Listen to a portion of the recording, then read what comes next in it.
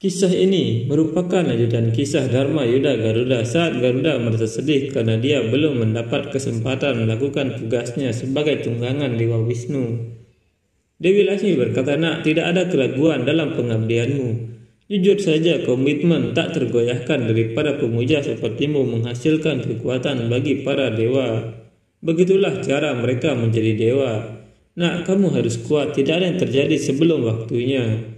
Garuda berkata, "Aku mengerti ibu, tapi sampai saat itu bagaimana aku membuat diriku mengerti?" Dewi Laksmi berkata, "Aku punya solusi untuk ini. Sampai kamu menjadi tunggangan Prabu Narayan, mengapa kamu tidak belajar lebih banyak tentang dia?" Garuda berkata, "Ini adalah ide yang bagus ibu. Apa yang bisa lebih baik daripada belajar tentang dia? Beritahu aku ibu." Dewi Laksmi berkata, "Tahukah kamu bahwa Dewa Wisnu bukan hanya pemelihara ciptaan ini tetapi juga agen evolusi? Ciptaan ini dulunya kosong, tidak ada apa-apa. Kemudian Dewa Siwa lahir. Dia lengkap, tapi dia tetap diam. Energinya memunculkan Adi Sakti. Persatuan mereka melahirkan Dewa Wisnu dan kemudian Dewa Brahma lahir dari pusar Dewa Wisnu.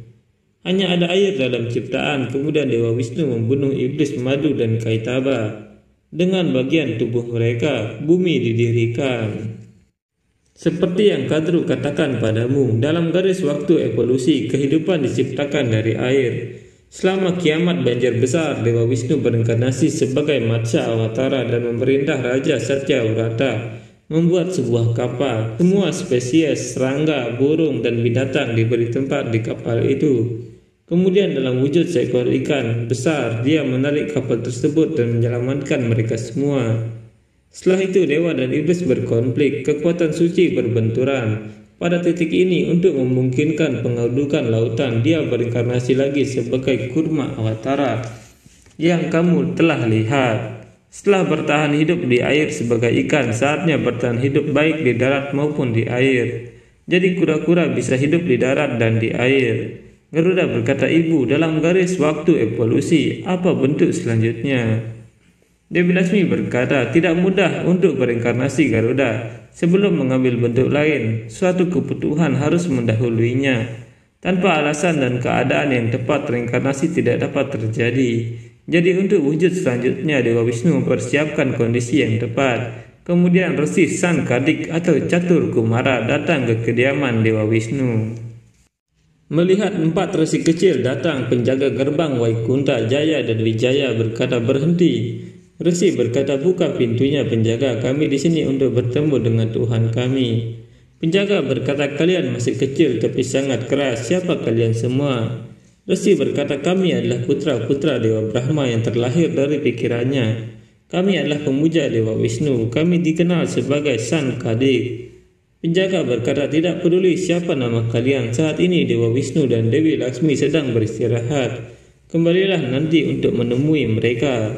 Pergilah sekarang." Resi berkata, Antara Tuhan dan para penyembahnya tidak ada waktu yang benar atau salah penjaga. Tuhan selalu menunggu pemujanya." Penjaga berkata, "Oh, mengapa para penyembah tidak menunggu Tuhan hari ini?" Resi berkata, "Cukup, kami ingin bertemu dengan Dewa Wisnu." Penjaga berkata, "Jangan bertindak kekanak-kanakan. Kalian pertapa muda. Ya, jika kalian mau, aku bisa memberi kalian manisan." Para penjaga kemudian tertawa. Resi berkata, "Berhentilah memperlakukan kami seperti anak-anak. Cukup, kami memperingatkan kalian tetapi kalian tidak peduli. Bukannya memenuhi permintaan kami, kalian tidak mengizinkan kami untuk bertemu dengan Dewa Wisnu. Antara dewa dan pemujanya, kalian telah menjadi penghalang. Kalian harus membayar harga untuk ini. Kalian harus menanggung penderitaan ini juga. Kalian berdua sangat sombong. Kalian berdua tidak cocok tinggal di Waikunta. Sekarang kalian harus menerima kematian." Keempat resi kemudian mengutuk Jaya dan Wijaya. Dan seketika pintu Waikunta terbuka. Keempat resi kemudian masuk ke dalam. Melihat itu Dewa Wisnu dan Dewi Laksmi berkata, "Salam resi." Para resi berkata, "Prabu, Ibu, kami beruntung bertemu denganmu." Jaya dan Wijaya masuk ke dalam sambil berkata, "Prabu, bantu kami, selamatkan kami, Prabu." Singkirkan kami dari kutukan mereka, kami tidak akan mampu menanggung kutukan ini, Prabu. Narayan berkata, tapi aku tidak bisa mengambil kembali kutukan para resi Jaya Wijaya. Jika mereka telah mengutuk kalian, maka kalian harus menanggungnya. Jaya Wijaya berkata, tapi kami mengikuti tugas kami. Dewi Laksmi berkata, Jaya Wijaya, memang benar kalian adalah penjaga. Itu tugas kalian untuk menjaga gerbang, tapi kalian juga harus menilai orang di depan kalian untuk bertemu pada penyembahnya, bahkan Tuhan berlari ke arah mereka. Tapi kalian menghentikan pemujanya di pintu gerbang. Adalah dosa untuk tidak menghormati penyembah Tuhan. Jaya Wijaya, karena kalian telah membuat kesalahan, kalian harus membayar harganya. Jaya Wijaya berkata, kamu benar ibu, kami telah membuat kesalahan, maafkan kami, maafkan kami. Bagaimana kami menanggung ini, Prabu? Engkau begitu penyayang, Prabu. Kamu menyingkirkan orang-orang dari kekhawatiran mereka. Tolong tunjukkan kami jalan keluar dari ini. Dewi Laksmi berpikir, sungguh ironi, Prabu. Seorang pemuja memohon belas kasihan di satu sisi dan di sisi lain kehormatan para resi. Apa yang akan kamu lakukan sekarang? Narayan berkata, resi, mereka adalah bhaktaku yang berkomitmen. Setelah menanggung kutukanmu, tolong memberi mereka izin untuk kembali ke tempat tinggalku. Resi berkata, bagaimana kami bisa mengizinkan mereka di depanmu, Prabu? Kami tidak kuat sepertimu, Prabu. Kamu adalah Tuhan kami. Hukuman dan pengembalian mereka tergantung padamu, Prabu. Narayan berkata, setelah menanggung kutukan kalian di bumi, kalian pasti akan kembali ke tempat tinggalku. Tetapi sebelum itu kalian harus menjadi temanku selama 7 kehidupan atau musuhku selama 3 kehidupan. Jaya Wijaya terkejut dan berkata, tapi kami tidak bisa hidup beberapa saat tanpamu. Lalu bagaimana kami bisa hidup 7 kehidupan tanpamu? Lidahku tak pernah lelah memujimu siang malam. Bagaimana kamu bisa menjadi musuhku selama 3 kehidupan? Dilema apa ini, Prabu? Apapun yang kami pilih akan sangat sulit bagi kami. Apakah kamu tidak sakit melihat kami menderita? Bukankah kami pemujamu, Prabu? Dewi Laksmi berkata, Jaya Wijaya anakku, ketika kalian harus menentukan pilihan, maka pilihlah apa yang paling cepat mendekatkanmu dengan Tuhanmu. Bukankah itu pilihan yang tepat? Bukankah pikiran musuh terus-menerus berputar di sekitar musuhnya? Sepanjang hari dia selalu memikirkan musuhnya, dan dalam 3 masa hidup, kurang dari 7 kali kelahiran. Jaya Wijaya berkata, ibu, kamu telah mencerahkan kami, kamu membantu kami, kamu membimbing kami. Itu tidak kurang dari berkah apapun, ibu. Dengan berat hati Jaya dan Wijaya berkata, Prabu, kami bersedia menjadi musuhmu selama 3 kehidupan. Kami menerimanya, Prabu.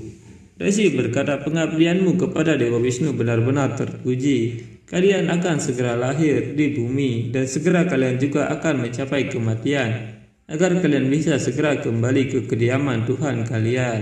Garuda berkata, bentuk apa yang diambil Jaya Wijaya dalam 3 kehidupan ini, ibu? Dewi Laksmi berkata, di zaman Satyayuga mereka dilahirkan sebagai Hiranyakasipu dan Hiranyaksa. Di zaman Treta Yuga mereka terlahir sebagai Rawana dan Kumbhakarna. Di zaman Dwapara mereka terlahir sebagai Sisupala dan Datawakra. Mereka akan dibunuh oleh Prabu Narayan. Kemudian mereka akan kembali ke Waikunta. Garuda berkata, tolong ceritakan kisah Satyayuga secara detail, ibu. Dewi Laksmi berkata, seperti yang dia katakan Resi Sankadik bahwa kelahiran mereka sudah dekat. Diti melahirkan Hiranyakasipu dan Hiranyaksa sebagai reinkarnasi dari Jaya dan Wijaya. Dunia gemetar ketakutan akan kelahiran mereka. Teror mereka membuat orang memohon bantuan. Seorang pendosa selalu bangun setiap pagi dan bertanya-tanya siapa yang harus dilawan. Mereka menganggap diri mereka yang paling kuat. Hiranyaksa menantang Dewa Wisnu dan dia berkata, jika ada di antara kalian ada yang melawanku, maka aku akan menenggelamkan planet ini dan kalian semua akan mati. Maka Dewa Wisnu akan dipaksa untuk menghadapiku. Dewi Laksmi berkata, ketika seseorang menjadi jahat, mereka tidak berpikir 2 kali sebelum berbuat dosa. Ketika seseorang penuh dengan dosa, mereka tidak mengambil waktu untuk melewati batas mereka. Siapa saja bisa berbuat kesalahan, Garuda. Itu sebabnya Tuhan memberi setiap pendosa kesempatan untuk bertobat. Jaya dan Wijaya telah melakukan perbuatan baik, sehingga kecuali mereka melakukan semua dosa, situasi tidak akan muncul di mana Tuhan dapat menyelamatkan mereka dengan mengambil wujudnya. Hiranyaksa membesarkan tubuhnya dan bersiap menenggelamkan bumi.